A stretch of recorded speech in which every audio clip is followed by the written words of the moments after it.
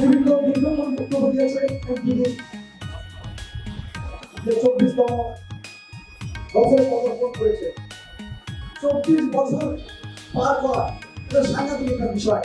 যদিও শোনা যায় 24 বছর, 1 থেকে 24 বছর একটা টেলিভিশনের যে বয়স পার করেছে হাত প্রতিঘাতের বছর, এটা আমরা দেখেছি। আমি প্রথমেই বলতে চাই টিএনটিভি যখন প্রতিষ্ঠিত হয় প্রথম থেকে বস্তুনিষ্ঠ সংবাদ পরিবেশন করেছেন এবং এনটিভি যে সমস্ত প্রতিনিধি নিয়োগ করা হয়েছে সারা বাংলাদেশে তারা অত্যন্ত দায়িত্ব। বিশেষ করে একটি স্যাটেলাইট চ্যানেলের যে মূল সেটা বাস্তবায়ন করতে পারে তারা, একটি টেলিভিশনের চ্যানেলকে সুনাম ধরে রাখতে পারে তারা, তৃণমূল পর্যায়ে যারা প্রতিনিধিত্ব করে একদম তৃণমূল পর্যায়ে সংবাদ পরিবেশনের মধ্য দিয়ে একটা টেলিভিশনের যে প্রচার এবং টেলিভিশনের যে সুনাম সেটা অর্জিত হয়। আমি যে সিরাজগঞ্জ এনটিভির প্রতিনিধি শরীফুল ইসলাম ইন্না তাকে ধন্যবাদ জানাই।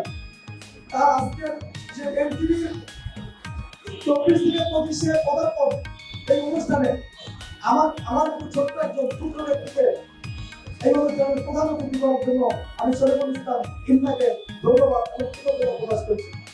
সেই সাথে শরীফুল ইসলাম ইন্না বস্তুনিষ্ঠ একজন সাংবাদিক, তৃণমূল পর্যায়ে প্রত্যেকটা বিষয়ের উপরে যে সংবাদ পরিবেশন করেন এটা সিরাজগঞ্জের জন্য গর্ব, সিরাজগঞ্জের জন্য গর্ব, আমাদের জন্য গর্ব।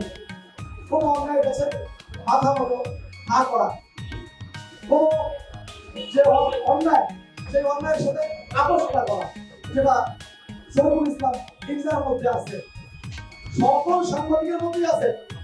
এখানে যারা বিশেষ করে আমি সকল সাংবাদিকদের নাম বলতে পারবো, সবাই আছে এখানে। বাবু ভাই সিনিয়র হয়েছে, হেলাল ভাই এরা সিনিয়র, আমাদের রুমন সিনিয়র, দিলীপ রয়েছে এখানে, আমাদের ফারুক ভাই সে রয়েছে এখানে, অনেক সাংবাদিক রুমের বর্তমানের এখানে হিরোপুর ফেরদৌস আমার পাশে বসে আছে। যতগুলো সাংবাদিক সকল সাংবাদিকগুলাই রিঙ্কু সময় টেলিভিশনে এবং যতগুলো এই সুনাম ধন্য চ্যানেল, প্রত্যেক চ্যানেলের যারা সিরাজগঞ্জের প্রতিনিধি তারা যেভাবে তৃণমূল পর্যায়ে খবর পরিবেশন করেন এটা সিরাজগঞ্জের জন্য গর্ব। সেই কারণে আমি শরীফুল ইসলাম ইন্নাকে ধন্যবাদ আবারও জানাই।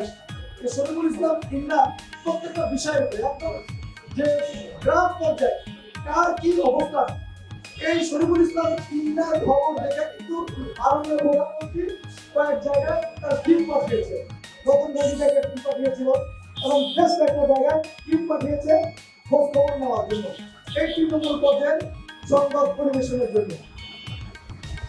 সেই কারণে আজকে এনটিভিকে আমি বলতে চাই এনটিভির অনেক বিষয় আছে। এই যে আসমান যেটা বললেন যে পিএসপি ফোরাম প্রতিযোগিতা, পিএসপি ফোরাম প্রতিযোগিতায় আমাদের সিরাজগঞ্জের সাদাপুরে হবে সারা বাংলাদেশের মধ্যে দুজন প্রতিযোগিতা করেছে। এটা কিন্তু পিএসপি ফোরামের প্রতিযোগিতা, প্রতিযোগিতা, এই পবিত্র ফোরাম প্রতিযোগিতা এনটিভির মাধ্যমে প্রচারিত হয়েছে এবং আমাদের সিরাজগঞ্জের ছেলে প্রথম প্রতিযোগিতা করেছে। এই নিয়ে নাম ছিল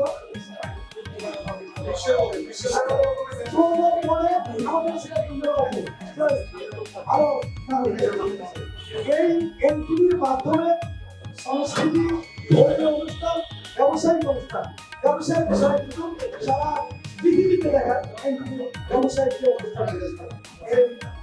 এনটিভির অনেক ভালো অনুষ্ঠান আছে, সংবাদও আছে। এনটিভির সংবাদ এখানে সবাই শুনতে চায়। আমি সেখানে বলতে চাই এই যে প্রতিযুদ্ধ হয়েছে, আসমানকে বলেছে প্রথম পরিবেশ হয় সরকার এনটিভির ভবনের তুলে দিয়েছে, আমি এনটিভির একটা বস্তুনিষ্ঠ খবর ছিল, যার কারণে এনটিভিকে ধ্বংস করার পরিকল্পনা করেছিল সরকার এবং সরকার সেটা ধ্বংস করে গিয়েছিল। পরবর্তীতে হাসিনা সরকার 17 বছর বিভিন্ন চ্যানেলকে কি করছে অনেক সাংবাদিক হত্যার মধ্যে বলছে আজকে সাংবাদিককে হত্যা করেছে সে বিচার এখনো বাংলাদেশের জন্য হয় নাই। তো আজকে বলতে চাই হ্যাঁ সম্মত করে ঘটনা নেই। তাই বলতে চাই যে আজকে এই এনজিবি এই জন্মদিনে আমি বলতে চাই সকল সাংবাদিকদেরকে ঐক্যবদ্ধ হতে হবে। কোনো সাংবাদিক কোনো সরকার দ্বারা যেন নির্যাতিত না হয়, কোনো সরকার দ্বারা যেন কোনো সাংবাদিকের মৃত্যু না ঘটে, অস্ত্র মিশ্র সম্পদ পরিবেশন করতে গিয়ে কোনো সরকার দ্বারা যেন সাংবাদিকরা ক্ষতিগ্রস্ত না হয় সে ব্যাপারে সাংবাদিকদের ঐক্য থাকতে হবে। প্রত্যেকটা বিষয়ের মধ্যে প্রতিবাদ করতে হবে।